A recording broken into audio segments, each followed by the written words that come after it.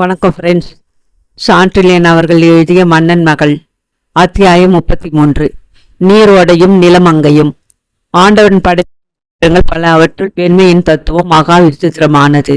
பெண்களின் உடல் வாகுக்கு தகுந்தபடி உள்ளம் அசைந்து கொடுப்பதில்லை, உள்ளத்துக்கு தகுந்தபடி உடல் வாகு அசைந்து கொடுக்கிறது. பருவ எழில்கள் புஷ்பித்து குலுங்கும் நிலை வந்துவிட்டாலும் உள்ளம் மலர்ந்தாலொழி உடலில் உணர்ச்சிகள் பிரவகிப்பதில்லை. பெண்மையின் உதயத்துக்கும் பெண்மையின் பூரணத்துவத்துக்கும் இடைக்காலம் ஒன்று உண்டு. அது கற்பனை காலம். அந்த காலத்தின் கற்பனை தலை தெரித்து ஓடினாலும் விவரம் விளங்காததால் உணர்ச்சிகள் கட்டுக்கடங்கி நிற்கின்றன. அந்த கற்பனையை உடைத்து பூரணத்தை அளிப்பது ஸ்பரிசம். இதற்கு அறிவாளிகள் தொட்டால் சினிங்கி செடியை உதாரணமாக கூறுகிறார்கள்.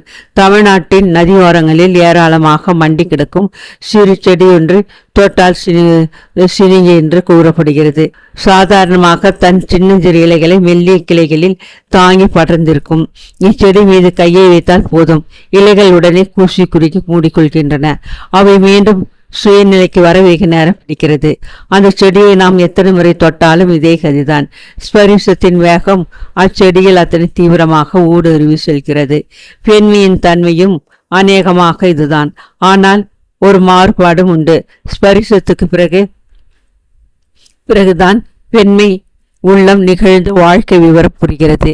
பெண்மையில் இயற்கையாகவே அடங்கியுள்ள நாணம் முதலிய உணர்ச்சிகள் ஸ்பரிசத்தால் உடலை குறுகி கூண வைத்து அழகை பல மடங்கு அதிகரிக்க செய்கின்றன. பார்வையில் மிரட்சி, நடையில் தளர்ச்சி முதலியன ஏற்பட்டு விடுகின்றன. ஆனால் பெண் உடல் தொட்டால் சினிங்கியை போல் சதா சினிங்கியே நிற்பதில்லை. சினிங்கை பின் வளர்கிறது. அந்த வளர்ச்சியில் எத்தனையோ இன்ப அலைகள், எத்தனையோ கற்பனைகள், சில வேளைகளில் அந்த கற்பனைகளின் பூர்த்தி கூட எல்லாம் உள்ளத்தின் அசைவின் நினைவுகள். அந்த விளைவுகள் பல செங்கமல செல்வியிடமும் நாலாவட்டத்தில் தெரியலாயின.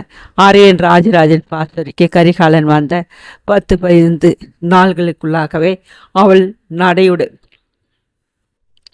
பாவனைகளில் எண்ணற்ற மாறுதல்கள் ஏற்பட்டதை படை வீரர்கள் கண்டார்கள். அதுவரை அலங்காரம் என்ன என்பதையே அடியோடு அறியாத ஆரியன் ராஜராஜன் மகள் பிரதி தினமும் அலங்காரத்தில் ஏக நேரம் செலவழிப்பதை கண்ட பாசறை காவல் வீரர்கள் ஆச்சரியப்பட்டு போனார்கள். எதிராளிகளை கொள்வதை தவிர வேற எதிலும் பயிற்சி பெறாத படை வீரர்களுக்கு அவளுடைய இந்த மாற்றம் புரியாத பெரும் புதிராயிருந்தது. அழகான அங்கலாவண்யத்தை படைத்த சிங்கமல செல்வி தினம் தினம் விதவிதமான ஆடை ஆபரணங்களை தரிக்கலானாள். தென்னிந்தியாவின் முக்கால்வாசி இடங்களில் திக்விஜயம் செய்தாரே என் ராஜராஜன் பெட்டிகளில் ஆடைகளுக்கு தான் குறைவா? அதுவரையில் பெட்டிகளில் கேட்பாரற்று சிறைப்பட்டு கிடந்த ஆடை ஆபரணங்களுக்கு கரிகாலன் வரவு திடீரென விடுதலை அளிக்கவே அவை பெட்டியிலிருந்து கிளம்பி அவள் அறை முழுவதும் பரவி கிடந்து சுதந்திர காற்றை சுவாசிக்க ஆரம்பித்தன. இதை உடுத்தினால் நன்றாயிருக்குமா, அதை உடுத்தினால் நன்றாயிருக்குமா என்று ஒவ்வொரு சேலையாக தன் மீது போட்டு நிலை கண்ணாடியில் அழகு பார்த்து வீசி வீசி எறிந்ததால் அறையில் ஏராளமான புடவைகளும் ரவிக்கைகளும் சிதறி கிடந்தன. இந்த அலங்கோலத்தின் காரணம் யாருக்கும் புரிந்தாலும் புரியாவிட்டாலும் செல்வியுடன் வந்திருந்த அவள் செவிலி தாய்க்கு மட்டும் நன்றாக செல்வியின் அலங்கார வினோதங்களையும் அவற்றுக்கு பூர்வாங்கமாக அவள் அறையில் தினம் தினம் ஏற்பட்ட அமர்க்களத்தையும் கண்ட செவிலித்தாய் உள்ளுக்குள்ளேயே நகைத்து கொண்டாள். குழந்தையிலேயே தாயை பறி கொடுத்த அந்த பெண்ணை அரியா பருவத்திலிருந்து எடுத்து வளர்த்த பாசத்தால் அவள் ஆண்களைப் போல் வேட்பு கோலம் அணிந்ததையும் அடங்காமல் வெளியே சுற்றியதையும் வெறுத்து அடிக்கடி கண்டித்து வந்த செவிலித்தாய் கரிகாலன் பாசறைக்கு வந்த சில நாள்களுக்குள் அவளிடம் ஏற்பட்ட மாறுதலை கண்டு மனம் மகிழ்ந்தவளாய் எந்த வித்தார கல்லிக்கும் ஒரு வித்தகனை கடவுள் படைத்துதான் இருக்கிறான் என்று தனக்குள்ளேயே சொல்லிக் கொண்டாள். செங்கமல செல்வியின் மனத்திலே உதித்த இந்த பெண்மை பூரணத்துவம் பெறுவதற்கான முயற்சிகளையும் அவளுக்கு தினம் தினமும் யார் கண்டாலும் பிரமிக்கும்படியான அலங்காரங்களை செய்து வந்தாள். ஒரு நாள் தன் வளர்ப்பு மகளின் வனப்பு பிரதேசங்களை காஞ்சி மாநகர் பட்டு பீதாம்பரத்தால் மறைத்தாள். மற்றொரு நாள் மதுரையின் வண்ண புடவையை கொண்டு மூடினாள். இன்னொரு நாள் சேர நாட்டு வெண்பட்டும் வேங்கி நாட்டு தங்க தகடையும் அவள் இணையற்ற வேலை வளைத்து செல்ல உதவின. தலையில் பட்டு கட்டிய பாண்டிய நாட்டு முத்து சுற்றி சில நாள்கள் தொங்கி அவள் வசீகர வதனத்தின் முகந்து நிற்கும். இன்னும் சில நாள்கள் சோழ நாட்டு பொற்கொலர் செய்த நாகர் நாட்டு நாகரத்தின பதக்கம் அவள் மார்பகத்தை இரண்டு படுத்தும் கிடக்கும். கையொன்றில் வைரமும் மரகதமும் பதித்த வங்கி ஒன்று சில நாள்கள் ரவிக்கு இறுக பிடித்து கையின் சதையை சிறிதே கீழ்ப்புறமும் ஓட விட்டிருக்கும். எங்கிருந்தோ அபூர்வமாக அரையன் ராஜராஜன் கொண்டு வந்திருந்த பச்சைக்கல் மூக்கு போட்டு கொண்டு செண்பக மூட்டை வழிக்கும் நாசியின் ஒரு பகுதியிலே நின்று பிரமாதமாக ஒளி வீசும். இப்படி பல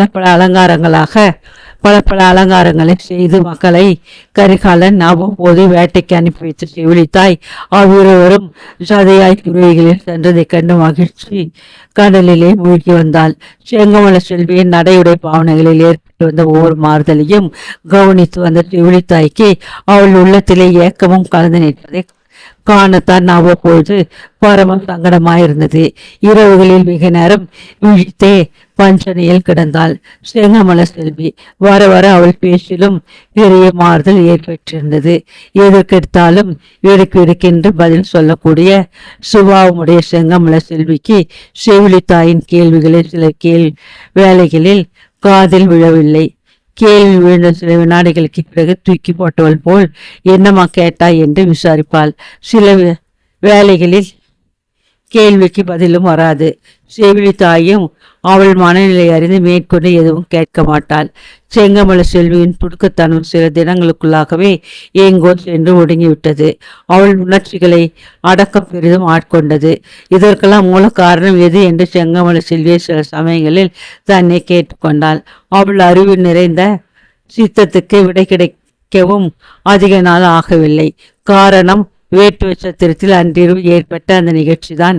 திடீரென்று என் கையை துணியுடன் பிடித்து காது கருகில் செய்தி சொன்னாரே, அந்த நிகழ்ச்சிதான். அவர் கைப்பட்டதும் என் உடலில் தான் எத்தனை கூச்சம். அவர் செய்தி சொல்ல காது கருகில் வந்ததும் அவர் உதடு கன்னத்தில் பட்டுவிட்டால் என்ன செய்வது என்று எத்தனை பயம் என்று தனக்குத்தானே விஷயத்தை விலக்கி கொண்டாள் செங்கமல செல்வி. அவர் தனது அண்ணன் என்று சொல்லியதும் சற்றே அடங்கிய அந்த உணர்ச்சி அவன் தனது சொந்த அண்ணன் அல்ல என்று தெரிந்ததும் மீண்டும் எப்படி கட்டுக்கடங்காமல் பிரயோகிக்க தொடங்கிவிட்டது என்பதை நினைத்து பார்த்ததும் இணையற்ற ஆனந்த சாகரத்தில் மூழ்கினாள். அரையன் ராஜராஜன் மகள் அத்தனைக்கும் கரிகாலனுக்கு மட்டும் தன் மனோநிலை புரியாதிருந்தது. அவள் உள்ளத்தில் ஓரளவு வேதனையையும் விளைவித்திருந்தது.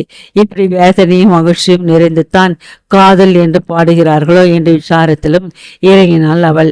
உண்மையில் கரிகாலன் மனநிலை வேறு விதமாகத்தான் இருந்தது. முதலில் வேட்டு சத்திரத்து மாடி அறையில் அவளை சந்தித்த சமயத்தில் அவளுடைய அபரிவிதமான அங்கல் ஆவணங்களை கண்டு அடியோடு மனதுமயங்கி போன கரிகாலன் பின்னால் மெல்ல தன் மனதை பெரிதும் சமாதானப்படுத்தி கொண்டான். நான் அரையன் ராஜராஜனுக்கு வளர்ப்பு மகன் என்றால் அவள் எனக்கு தங்கையாகத்தானே இருக்க முடியும். வேறு உறவு நீதிக்கு ஒவ்வாதது அல்லவா என்று தர்மத்தை பற்றி தனக்கு தானே உபதேசித்து கொண்டு அந்த அண்ணன் தங்கை உறவு முறையை வளர்க்க முயன்றான். அத்தகைய உறவு முறையை அவன் வளர்க்க இஷ்டப்பட்டதற்கு முக்கிய காரணமாயிருந்தவை அவன் உள்ளத்தை சதா காட்சி அளித்து கொண்டிருந்த வேங்கி நாட்டு மன்னன் மகளின் வேள்விழிகள். அரையன் ராஜராஜன் பாசறையில் தங்கி அந்த 15 நாள்களுக்குள் எத்தனையோ முறைகள் நிரஞ்சனாதேவியின் எழிலையும் செங்கமல செல்வின் அழகையும் நினைத்து பார்த்து எடை போட முயன்றான் கரிகாலன். எத்தனை முறை எடை போட்டாலும் துலாக்கோளின் எந்த தட்டு தாழ்கிறது, எது உயர்கிறது என்பதை மட்டும் நிர்ணயிக்க முடியாமல் தீண்டாடினான். ஸ்ரீ மனித மனத்தின் துலாக்கோளுக்கும் அப்பாற்பட்டதல்லவா? செண்பக பூ சிறந்ததா? செங்கழி நீர்ப்பூ சிறந்ததா? ஜாதி மல்லிகை சிறந்ததா? மகிழம்பூ சிறந்ததா? இந்த கேள்விகளுக்கு பதில் இல்லை. எடை போட்டு முடிவுக்கு வர முடியாத புதிர் இது. சிருஷ்டியின் பிரிவு எதிலும் ஒரு தனி அழகு திகழ்கிறது. போதிய உயரத்துடனும் அளவுக்கு அடங்கி நின்ற அங்க அமைப்புகளுடனும் வீட்டு கொடி போல் துவண்டு வளைந்து நின்றது நிரஞ்சனாதேவின் எழிலுருவம். நல்ல உயரத்துடனும் படைத்தலைவன் பாசறையிலேயே வளர்ந்ததன்றி போர் பயிற்சியும் நன்றாக பெற்றிருந்ததால் நல்ல கட்டுடைய உடல் அமைப்புடனும் செழுமை பெற்ற காட்டு மலரை போல் விளங்கினால் செங்கமல செல்வி. இந்த இரு மாசர்களின் உருவங்கள் நித்தம் சித்தத்தில் எழுந்து நடனமிட்டதால் மிகுந்த மன தொல்லைக்குள்ளான கரிகாலன் தன் சுயநிலை புரியாமல் திண்டாடினான். என்னத்தான் தங்கை என்று உறவு கொண்டாட முயன்று மனத்தில் கல்மிஷத்தை அண்டாமல் தடுக்க முயன்றாலும் கரிகாலன் இயற்கை உணர்ச்சிகள் வாட்டத்தான் செய்தன. அவை மூட்டிய நெருப்பே செங்கமல செல்வியின் செயல்களும் நன்றாக விசிறிக்கொண்டு விசிற ஆரம்பித்தன. அவனுக்கு வில்வித்தை பயில்விக்கும் நேரங்களில் அவள் நடந்து கொண்ட முறைகளும் பார்த்த பார்வைகளும் நிஷ்கலங்கமான அவன் மனத்தை வாட்டத் தொடங்கின. விற்போர் முறைகளை கற்றுக் கொடுக்க செங்கமல செல்வி வேண்டுமென்றே காட்டு பகுதியை பொறுக்கினாள். காற்றில் 2 நாள்கள் வித்தை கற்றதன் பயனாக மனோதிடத்தை எழுந்த கரிகாலன் 3ஆம் நாள் காட்டுக்கு போக மறுத்து, செல்வி, வில்வித்தையை இங்கேதான் சொல்லிக்கூடேன், காட்டுக்கு எதற்காக போக வேண்டும் என்றான். ஏன் போனால் என்ன என்று கேட்ட அவள் குரலில் துணித்த கோபம் பார்வையிலும் தெரிந்தது. போனால் எதுவும் இல்லை செல்வி, ஆனால் எதற்காக அவ்வளவு தூரம் போக வேண்டும்? இங்கே இடம் இருக்கிறதே, இங்கே இடம் பாத்திரமா இருக்கிறது தயக்கத்துடன் கேட்டாள் அவள். வேற என்ன இருக்கிறது செல்வி? மனிதர்களும் இருக்கிறார்கள். இருந்தால் என்னவா? நான் ஒரு பெண். உங்கள் கையை தொட்டு நானை பிடிக்கவும் அம்பை குறிவைக்கவும் சொல்லி கொடுக்க வேண்டாமா? இதை 4 பேர் எதிரில் செய்ய முடியுமா? செய்தால் என்ன? நீ என் தங்கைத்தானே? அவள் இதழ்களில் புன்னகை தவிழ்ந்தது. இப்படியும் ஒரு பைத்தி விற்பீர்களா? உங்களை நான் அண்ணன் என்றும் நீங்கள் என்னை தங்கை என்றும் சொல்லிக் கொள்ளலாம். ஆனால் உலகம் ஒப்புமா? ஏன் ஒப்பாது? உன் தந்தை ஒப்புக்கொண்டு விட்டாரே. தந்தை மாத்திரம் உலகமல்ல, தந்தை வீரர்களின் நாவை கட்டுப்படுத்தலாம், மனதையும் கண் பார்வையையும் கட்டுப்படுத்த முடியாது. பேசாமல் வாருங்கள் என்று விடாப்படியாக அவனை புறவி மீது ஏற செய்து காட்டுக்கு அழைத்து சென்றாள். காட்டின் ரம்யமான பிரதேசங்கள் பலவற்றை செங்கமல செல்வி அவனுக்கு காட்டி கொடுத்ததல்லாமல் காட்டு மரங்களின் மீது பறன் கட்டவும் சொல்லி கொடுத்தாள். அந்த மரப்பறன்களின் மீது அவனுடன் தானும் நெருங்கி உட்கார்ந்து மிருகங்கள் மீது வேலெறியவும் வில் கொண்டு துஷ்ட பறவைகளை அடித்து வீழ்த்தவும் போதித்தாள். காலையில் காட்டுக்குள் புகுந்து பகல் வரை வேட்டையாடி களைத்த பின் காட்டின் நீரோடையொன்றுக்கு அவனை நீராட அழைத்து செல்வாள். நீரோட்டத்துக்கு பிறகு இருப்பிடத்துக்கு போக அவள் இஷ்டப்பட்டால் அவன் போகலாம். இல்லாவிடில் கனிவர்க்கங்களை பறித்து அவனுக்கும் கொடுத்து தானும் உண்பாள். பிறகு நீரோடை கரையின் பசும் புற்றறையில் வெகு நேரம் படுத்து ஆகாயத்தை பார்த்து கொண்டே இருப்பாள். மரமல்லி மரங்கள் காற்றிலாடி அவள் மீது புஷ்பங்களை உதிர்க்கும். அத்தனை புஷ்பங்களில் எதையுமே விளக்காமல் படுத்திருப்பாள் செல்வி. கடைசியாக அவள் எழுந்திருப்பதும் கரிகாலன் கட்டாயத்தின் மேல்தான் பாசறைக்கு திரும்புவதற்கும் கலக்கமும் திகிலும் நிறைந்த அவள் பரிதாப விழிகளே காரணமாயிருந்தன. இப்படி இரு காட்டு பறவைகளை போல் சுதந்திரமாக திரிந்து வந்த அவர்கள் வாழ்வில் திடீரென்று ஒரு நாள் நேர்ந்த நிகழ்ச்சி ஒன்று கரிகாலன் வாழ்க்கை பாதையை மீண்டும் வேறு திசையில் திருப்புவதற்கு காரணமாயிற்று. அன்று இருவரும் காட்டில் வேட்டையாடி முடிய வெகு நேரமாகிவிட்டதால் பகலவன் மறையும் சமயம் நெருங்கிவிட்டது என்பதையும் சற்று முன்னதாகவே கிளம்பிவிட்ட அரை மதியை நிரூபித்தான். அதற்கு பிறகு வீட்டுக்கு செல்வ எத்தனைக்காமல் நீராட நீரோடைக்கு சென்று நீண்ட நேரம் நீந்தி கொண்டும் இருந்தாள் செல்வி. ஓடையின் வேறொரு புறத்தில் குளித்துவிட்டு வஸ்திரங்களை அணிந்து புறப்பட சுத்தமாக நின்று கொண்டிருந்த கரிகாலன் பகலவன் மறைந்து விட்டதை அறிந்து துடியாய் துடித்து, செல்வி, நீந்தியது போதும், கிளம்பு என்று அதட்டினான். அவள் நீரில் மல்லாந்து நீந்தியபடியே நகைத்தாள். வாயில் சிறிது நீரை உறிஞ்சி வானம் போல் ஆகாயத்தில் ஊதினாள். அரைமதியும் தன் குளிர்கிரணங்களை அவள் நீர் வானத்தின் மீது நீரில் மிதந்து கிடந்த அந்த நிலமங்கையின் மீதும் பாய்ச்சினான். ஓடை நீர் பளபளத்தது. அதில் ஏதோ படகு போல் ஆடிக்கொண்டிருந்த செங்கமல செல்வியின் கவர்ச்சியான உருவம் தண்ணீரில் லேசாக அமிழ்ந்து எழுந்தது. காண முடியாத அந்த காட்சியிலே திளைத்து விட்ட கரிகாலன் மனமும் உணர்ச்சி ஓடையிலே அமிழ்ந்து எழுந்தது. வெகு நேரம் இப்படி அவனை ஆட்டி வைத்து எழில் மங்கை கடைசியாக நனைந்த துண்டுடன் கரையேறி மார்பிலை கைகளை பிடித்த வண்ணம் பக்கத்தில் இருந்த ஒரு குதிரை நோக்கி நடந்தாள். நனைந்த உடையில் வெளிப்பட்ட வசீகர எழிலையும் நடையினால் ஏற்பட்ட அசைவுகளின் வகையையும் கண்ட கரிகாலன் உணர்ச்சிகள் ஊசி முனையில் நின்றன. புதரருகில் சென்ற அவள் துண்டையை எடுத்தெறிந்து சேலையை மாற்றிக்கொண்டாள்.